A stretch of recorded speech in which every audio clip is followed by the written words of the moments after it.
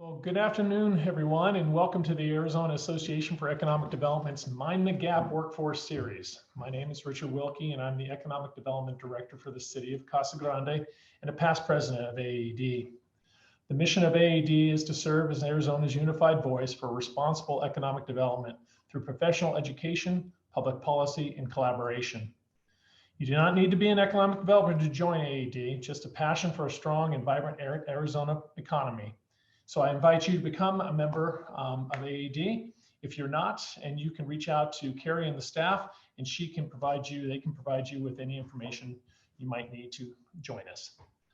Well, I'm very excited about today's event. Today's event will provide a kind of an overview of workforce analysis of the state.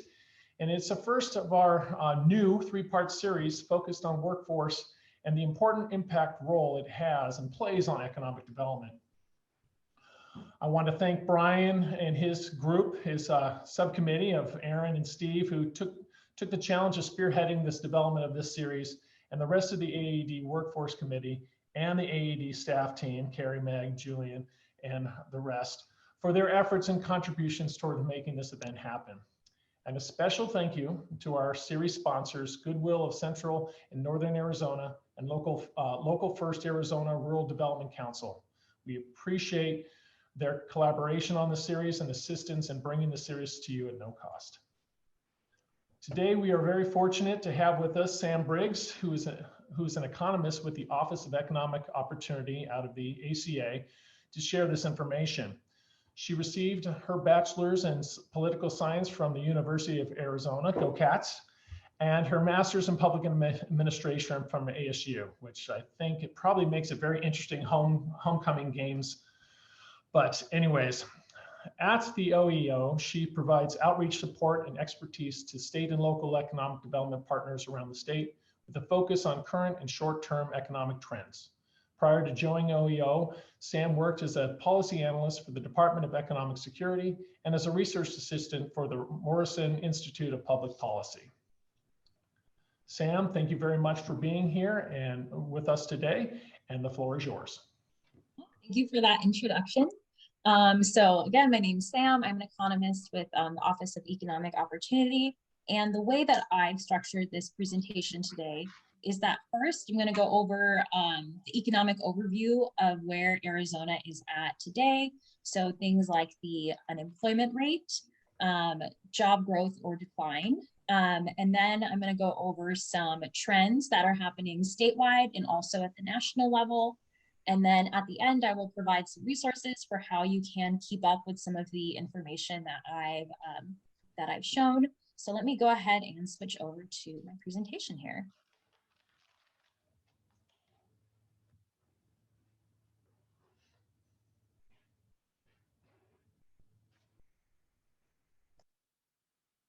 All right, is everyone able to see my my screen here? I see your nod, Richard. Okay, perfect. Let me go ahead and minimize. All right, so to get into the presentation here, the first thing that I'm going to go over is the unemployment rate. It's generally the thing that people ask the most about, especially when the economy is not doing so great.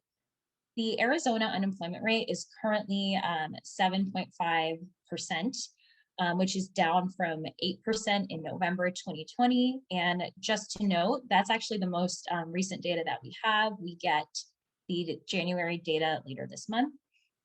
Currently, the US's unemployment rate is at about 6.7%. So even though unemployment is still higher nationally and statewide than it was pre-pandemic, Arizona's unemployment was around 4%.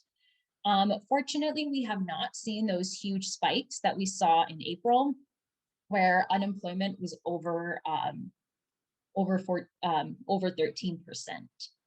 I see some questions, or I see some things in the chat. Just so you know, I'll answer questions at the end, but feel free to include them in the chat as they come up. Just to let you know, I'm not going to get to them at this point. Just want to make sure I get through all the content.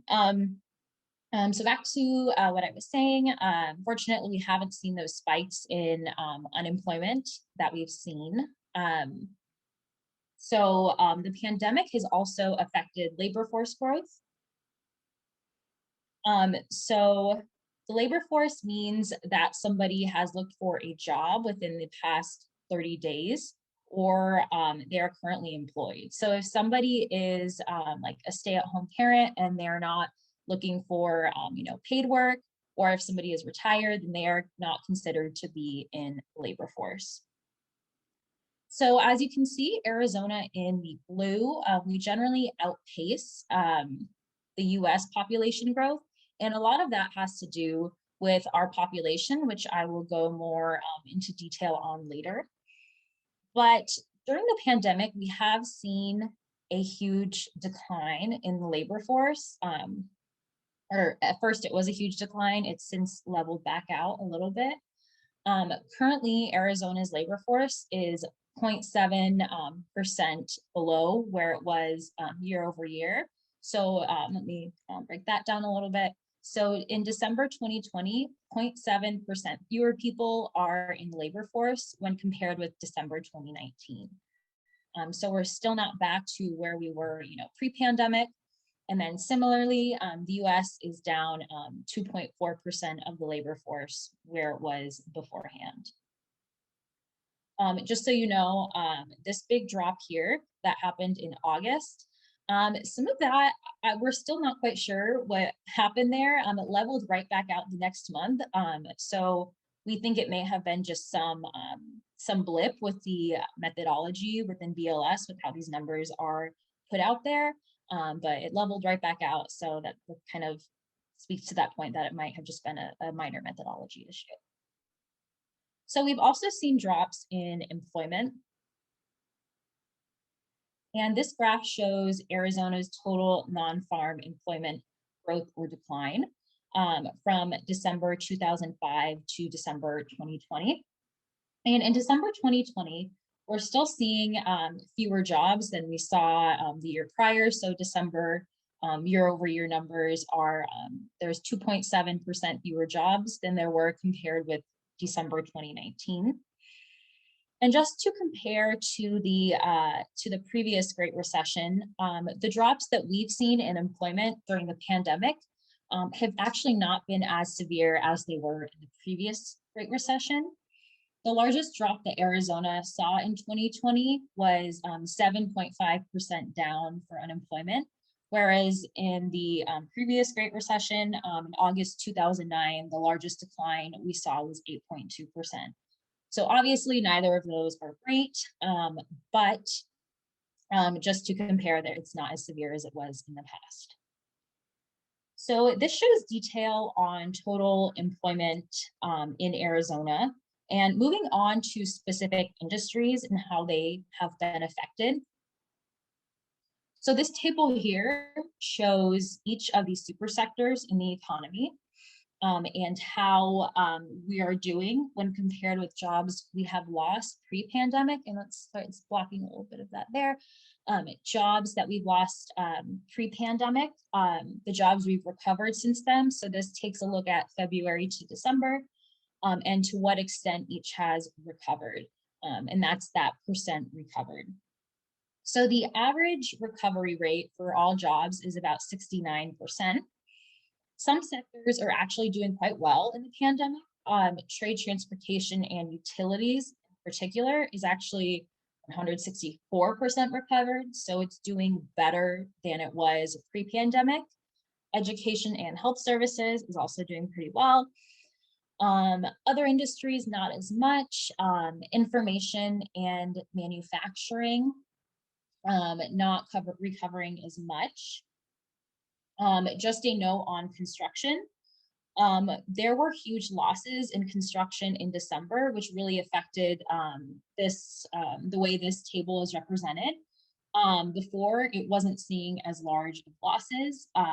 It was having more recovery. So we'll see if it was just kind of a fluke in those December numbers when we get the January 2021 numbers. And maybe it was just an off month or not, but just wanted to make that note because a lot of the measures I'll go into later in the presentation, construction looks pretty good. So Moving on, I've showed the industry-specific information, but in general, if you're wondering what's the best way to determine how overall jobs have been affected since the start of the pandemic. And I think this visualization sums it up the best and shows a larger view of how Arizona's employment has been affected since the start of the pandemic. So this graph here is going off employment at February 2020 levels, so pre-pandemic. And this graph shows economic recovery or decline. So you can see here in April, when we really started to feel the effects of the pandemic within our economy, Arizona lost 10% of its jobs compared with that pre-pandemic February 2020 number, whereas the US lost 15%. So Arizona's weathered the initial impacts of COVID-19 a little bit better than the US overall. Since then, we've seen growth that has eaten into that huge initial job loss that happened. But we're still not quite back to where we were before the pandemic, almost a year ago now, or just about a year ago now. So once we are back to those, the levels that we were in February 2020, that will be a pretty good indicator that we are back to where we were before the pandemic, but unfortunately, we're just not quite there yet. So given where we are now, what can we expect going forward? Sadly, the OEO projections, they come out tomorrow. We're just shy a day, our new short-term projections. So unfortunately, I can't go over those ones with you in detail. I'll show you later where you can find them on our website and everything to keep up with that when they come out tomorrow. But I did want to go over some relevant trends that definitely influence those projections and that I think are important to note going forward. So some of these include, and I'll go through each of these in detail on subsequent slides, but just to introduce them, some of them include Arizona's employment due to COVID-19 not being as affected as the nation or other states, Arizona's population growth, and high home ownership rates. So I highlighted a few slides ago that Arizona, as of December 2020, is down 2.7% of its employment year over year. So 2.7% fewer jobs in December 2020 when compared with December 2019. So this graph shows total non-farm over the year growth from December 2010 to December 2020. And again, just wanted to highlight that the proportion of jobs that Arizona has lost has not been as severe as the US. As of December 2020, the US is down 6% of its jobs year over year. And just to contextualize that, I mean, I know 6% doesn't sound so huge, at least initially to me, but that is actually 9 million jobs. So just to think that nationally, there are 9 million fewer jobs in the economy than there were before. So going back to the trends in the labor force that I had noted earlier. Again, the labor force, just to remind everybody, it means that somebody is looking for a job or they are employed. I wanted to provide a little bit more context on this, that, Arizona's labor force growth has outpaced the US over the past 10 years, 5 years. This graph here just shows 5. But even though the labor force has gone down, nationally and statewide, some of the reasons why the labor force growth has remained so strong in Arizona and held up just a little bit better during this economic downturn than the US overall is because over the past 10 years, Arizona's population growth has been so strong. So just to illustrate this, from 2010 to 2019, Arizona's population actually grew twice as fast as the US, and 1.4% annually to 0.7% annually. And from the most recent estimates that were just released for 2020, this trend has continued. So in recent numbers, Arizona's population, it's always remained high, but currently it ranks number 2 as of those 2020 estimates, and right behind Idaho. And I just put the top 5 and the bottom 5 just because whenever one notes the top 5 of something, people always want to know the bottom 5. So just have that there for information for everybody. But given these previous trends that I went over on the slide before and what has continued even through the pandemic, there's no reason to think that Arizona's population growth is going to, drastically change or slow. So that definitely bodes well for the potential labor force growth throughout the recovery and just in general. So moving on to a few other economic indicators in Arizona. Something that's boded well for Arizona going forward is going to be that homeownership rates have continued to grow. Homeownership rates, if you can believe it or not, it still amazes me a bit. Homeownership rates have gone up over the pandemic, which is very different from the previous recession, especially if you lived here in Phoenix or just Arizona at the time, and completely just the bottom fell out from the housing market. This time it's a little bit different around. 2020 Q4 rates were actually higher than 2020 Q1 rates. So 68.2% is the current rate for 2020 Q4, which is up from the Q1 rate of 64%. And then in the middle there, the second or third quarter, sorry, I can't tell with the graph, it's 71.7. So those were incredibly high. And these rates, even before the pandemic, were definitely growing over the past 5 years. So related to this, another good indicator for Arizona's economy is building permits. Building permits this time around have, for this economic downturn, have differed drastically from the previous recession.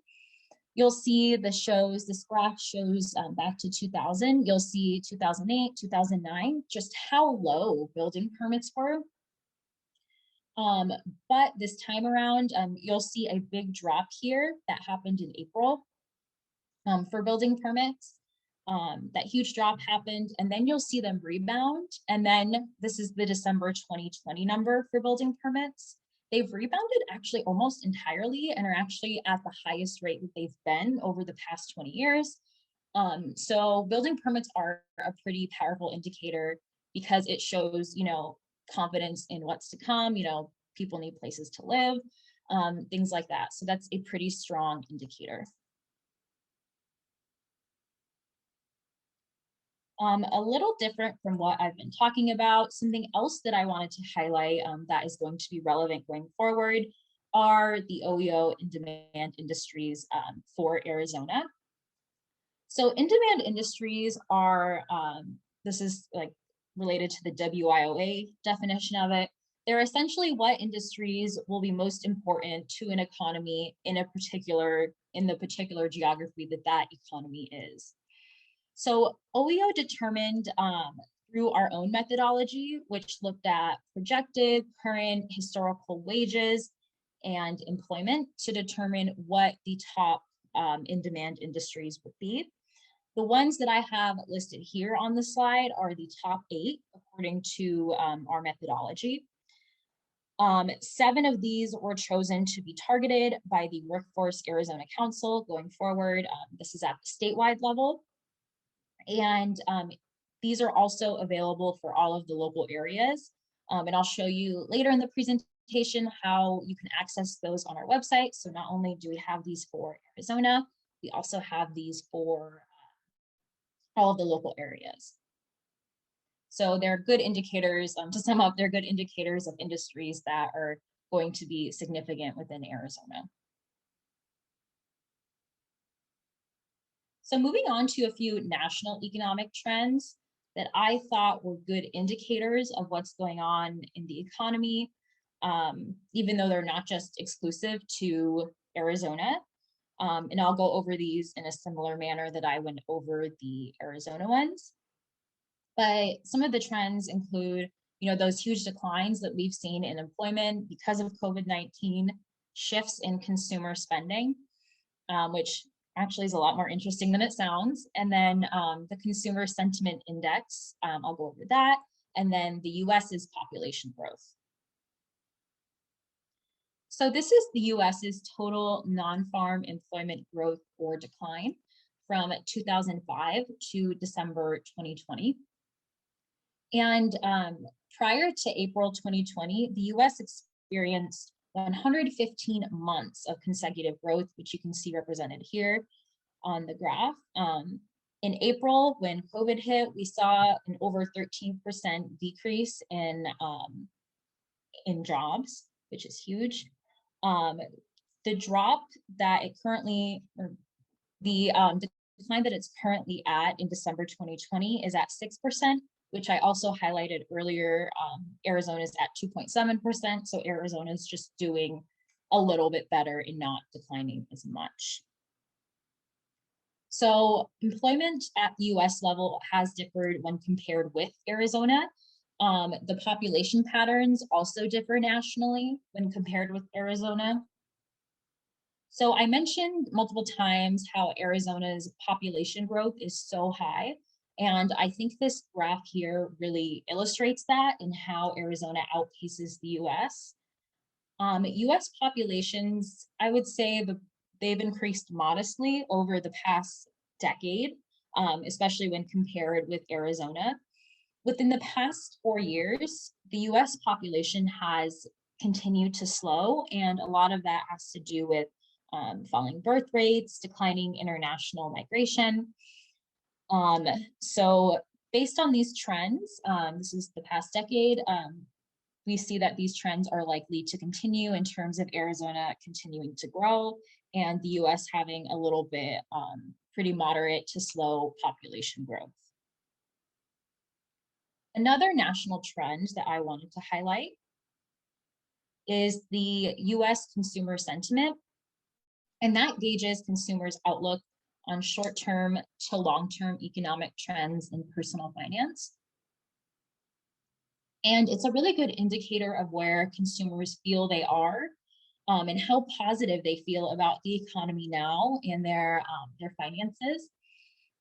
So you'll see right in April, which is kind of a trend so far, April is when we see a lot of the effects of the pandemic show up in all of this data that I've been showing you. But you'll see that consumer sentiment declined from February 2020, 101 to 71.8 in April. Gradually, you'll see just it's inching back up a little bit, but it's just not quite where it was before the pandemic. The most recent data from December 2020 shows that we are at 80.7, which differs from the year before, December 2019, where consumer sentiment was at 99.3. But to contrast that, this time around, sorry about that, there's consumer sentiment has not sunk as low as it was in the previous recession. So you'll see here that consumer sentiment 2007, 8, 9 dipped down to the 50s.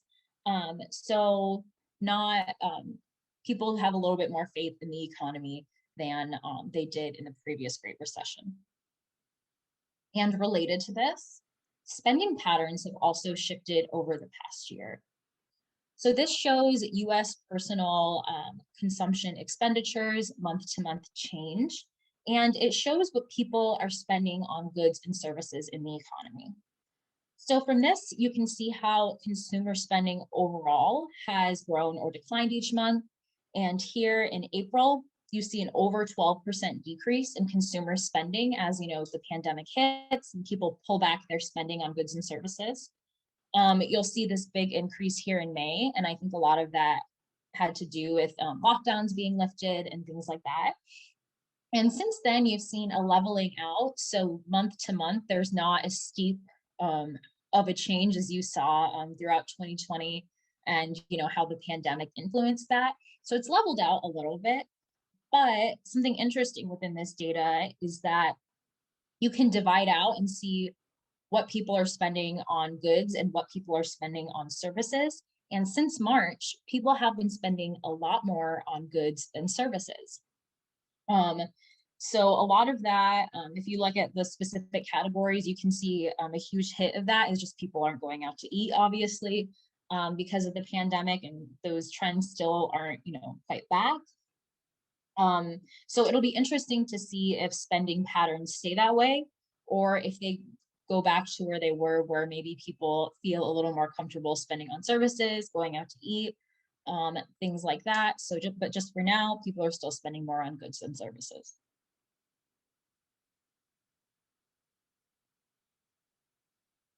All right, so just to wrap up the economic overview sections before I go over how you can find some of these resources, just a few key points here, mainly for Arizona, that I wanted to highlight.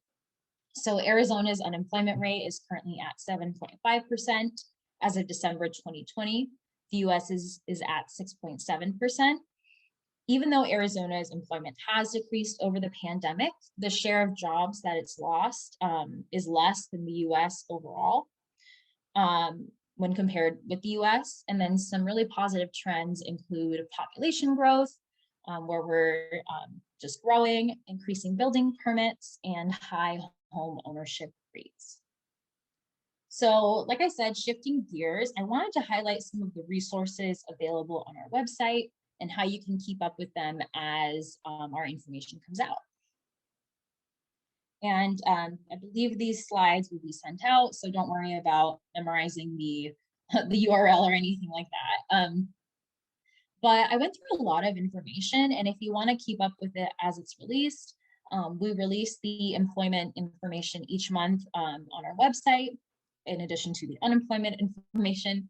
And our website is right here, laborstats.az.gov. We regularly update it. We update it like as soon as the data comes out.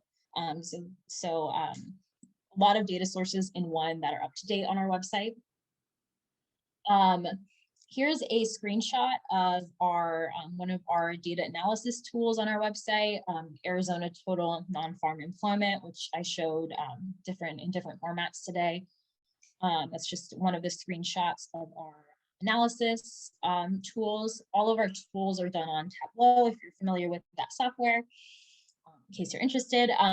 But we also have data, not just on Arizona, but all of the counties, the metro statistical areas, and also at the industry level. Obviously, in this presentation, it was a higher view, so I just mainly went over Arizona, but we have all of that information as well. And you can find the URL down here.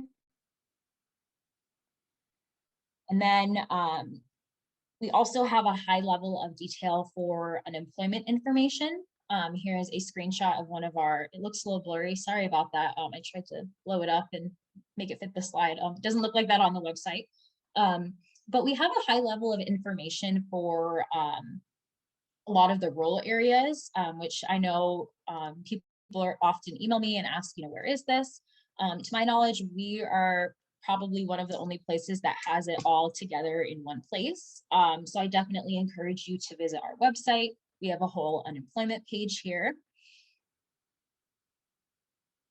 And then also, I briefly touched on the in-demand industries and very briefly mentioned the methodology of what goes into that. Usually that's a whole other presentation, but we have a whole page on the in-demand industries for Arizona in all of the local areas. I mentioned in the slide today the Arizona industries, but we have them by each local area here. And you can see this is just a screenshot of Yavapai. And you can see what the in-demand industries are. And you can sift through and see which industries have been determined to be in demand for the state or your local area. And again, if you're not familiar with the in-demand industries, they're very helpful for planning and very helpful to determine, what's going to be most important in the economy in a specific geography. And here's our in-demand page. And where there are the in-demand industries, there are also in-demand occupations. So this is actually my favorite tool on our website, very helpful. I'm a little biased, but you can see through all of the local areas what the in-demand occupations are. You can also select by industry, whether it's an in-demand industry or not. the specific industry. And I know this is really helpful for anyone who works with clients. You can select by minimum education level. So you can see specifically, this is showing in Coconino County, what industries are in demand in construction that require a high school diploma. And you can see carpenters, electricians fit that criteria. And then you'll also see a star rating, which I can always explain later with a little bit more of the methodology. But the 5-star rating means it's quote unquote the best. So those are very, very great occupations for Coconino County within that field with that educational level. And so I very much encourage you to explore on our website. And the last tool that I was going to go over here is our projections tool and our projections page, which you can see down here, which I unfortunately wasn't able to get into deep detail today. They come out tomorrow, and there are short-term projections from 2020 to 2022. And they give the best indicator of which industries will be, how they'll be doing in the short term, whether they will be gaining jobs, whether they will be declining, and which ones will grow, which ones will lose jobs, if at all. And so I definitely encourage you to take a look at our website here. We have them for all of the local areas as well. You can see Pinal right here. Again, I'm trying to blow it up. I think it got a little bit blurry, so my apologies. But down to a very detailed level. All right, so with that, I will go ahead and take questions. So Carrie, I don't know if you want to look at the chat first or however you'd like to do it.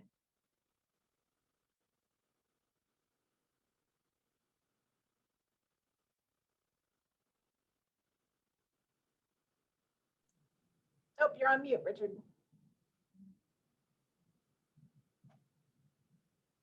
You're still on mute, Richard. Anybody tired of this whole Zoom thing like me? Anyways, what I was saying was that, I like data, and this was a lot of great data. I see a lot of opportunities and a lot of, questions from myself. But with that, I want to open it up to anybody who might have it. And I imagine just take yourself off mute and go ahead and ask the question, and Sam will fire it back.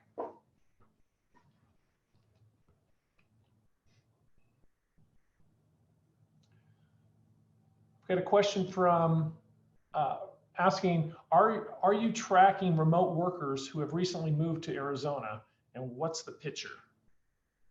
That's a really good question. So the data that tracks that is pretty lagged. You can actually get it from the census. And I think there is a 1 to 2 year delay on that. So to my knowledge, no data source that I utilize has that information.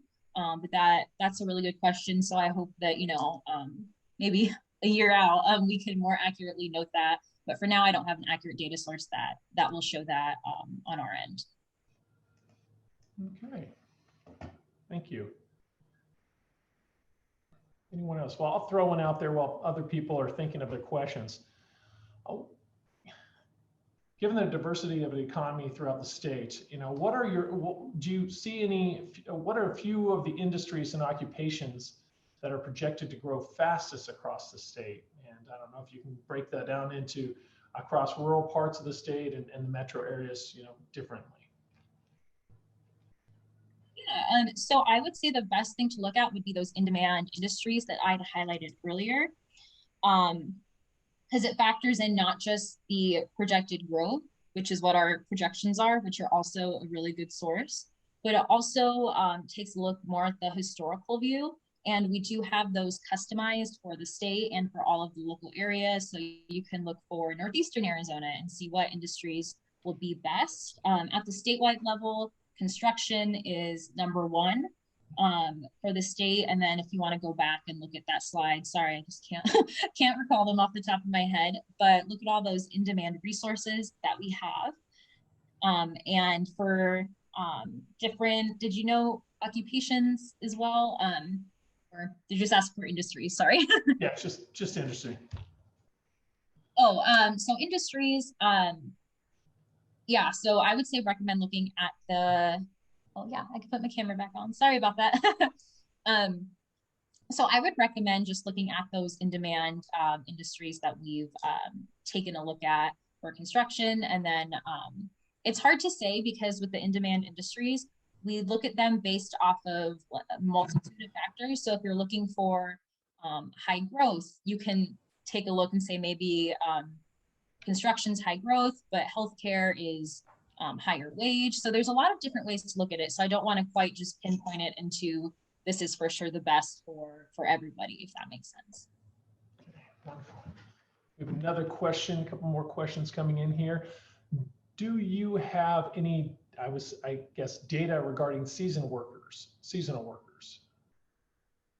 But whoever's question that is, like what type of,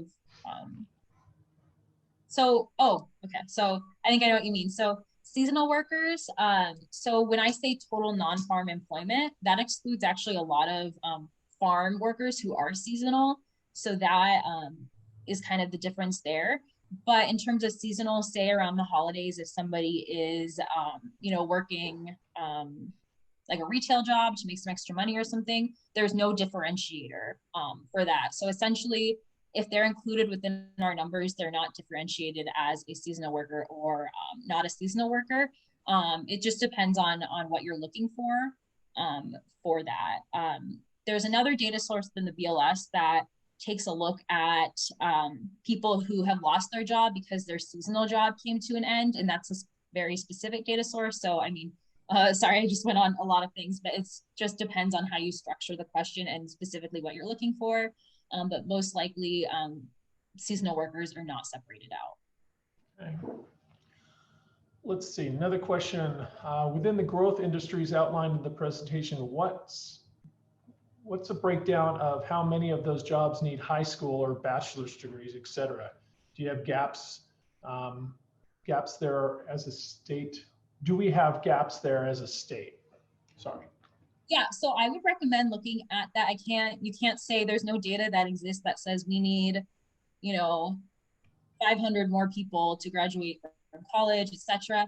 But I would recommend looking at the in-demand industries, and you can see within that tool that I showed, and it'll be sent out on the slides. You can see which industries require a high school degree or a college degree, and that gives a pretty good indication and a good indicator of what good jobs with high wages are available at different educational levels. Okay. Another one firing in here. Which age group is growing the most, and how much of that growth is because of migration into Arizona? So that's a good question. That's actually a little bit outside of our purview. So Jim Chang, who is our excellent state demographer, on our website, we do have a little bit of population data, but off the top of my head, that's not generally something that I work within. But you can see we have a lot of great similar tools that I pointed out, where you can see by city, by county, by the state, what the age of breakdown is, the breakdown of the age of people in the labor force. So definitely go to laborstats.az.gov and you'll be able to see analysis related to that question. Wonderful. Follow-up question is, as we saw, there was a 64% recovery in the hospitality sector. Is that driven by Airbnb type rentals or hotel room growth? I'd have to see off the top. Sorry, I can't recall it off the top of my head, but there has been some growth in accommodations, not very much.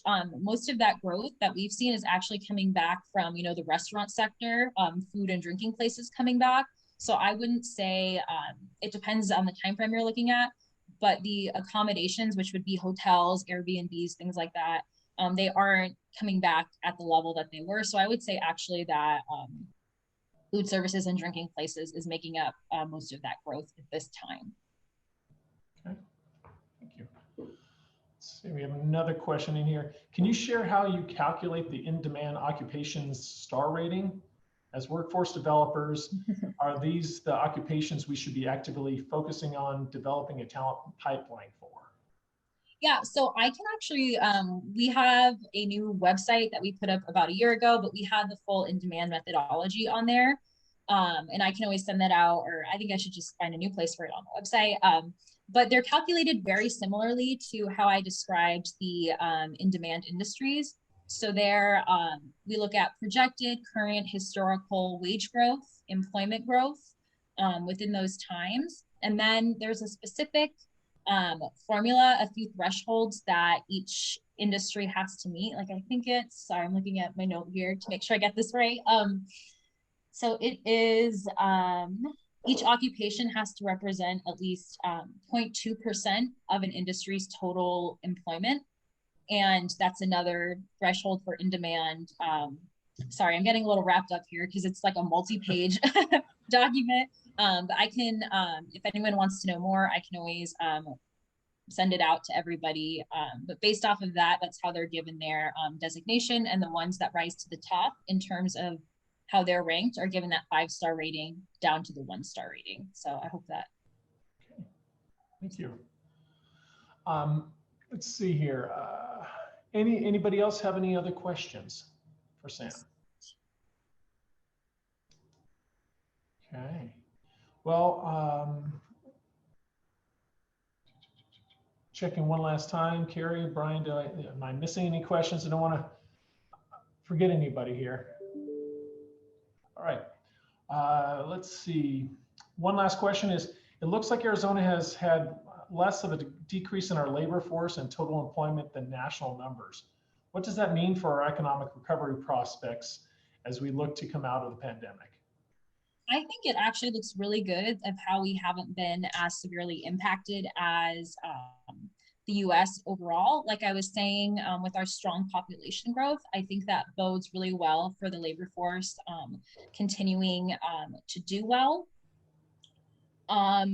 And a lot of our economic recovery, if you remember that slide I showed with like the huge downturn and then it goes back up, once we're back to those February 2020 levels, that will be a pretty good, in February 2020 employment levels, that will be a pretty good indication that we have recovered from where we were pre-pandemic.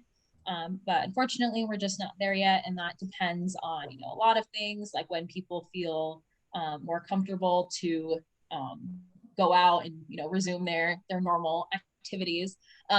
So it just factors along a lot of things, but I would take that threshold of February 2020 employment as being back to where we were. Well, thank you. I'm not seeing any more questions in the box. One, is there? Oh, sorry. No, no. I was just saying I'm not seeing any more questions in the chat room. So I from a personal standpoint, and I don't know if you delve into the foretelling of the future-ish, if you will. We've seen a lot of, some recent developments that have some mega projects that have deals with the semiconductors. And it's not one, it's two that have been, we're talking $12 billion and $17 billion projects that are looking in the metro area. Well, looking in the metro area for this, but it's going to impact the state. And when you have these types of huge projects, they're going to draw a lot of their suppliers and added value and additional kind of related companies to come to Arizona. And then the other one is the electric vehicle industry. And obviously with Lucid Motors opening their plant here in Casa Grande, this shout out to us, but it really affects the whole state. It's not just a Casa Grande thing, it's Pinal County, but it's also the state of Arizona, because again, we're going to see more and more companies come in here. And you have Nikola right down the road. So we're starting to kind of see a clustering of these types of businesses, from the semiconductor to the electric vehicle related industries.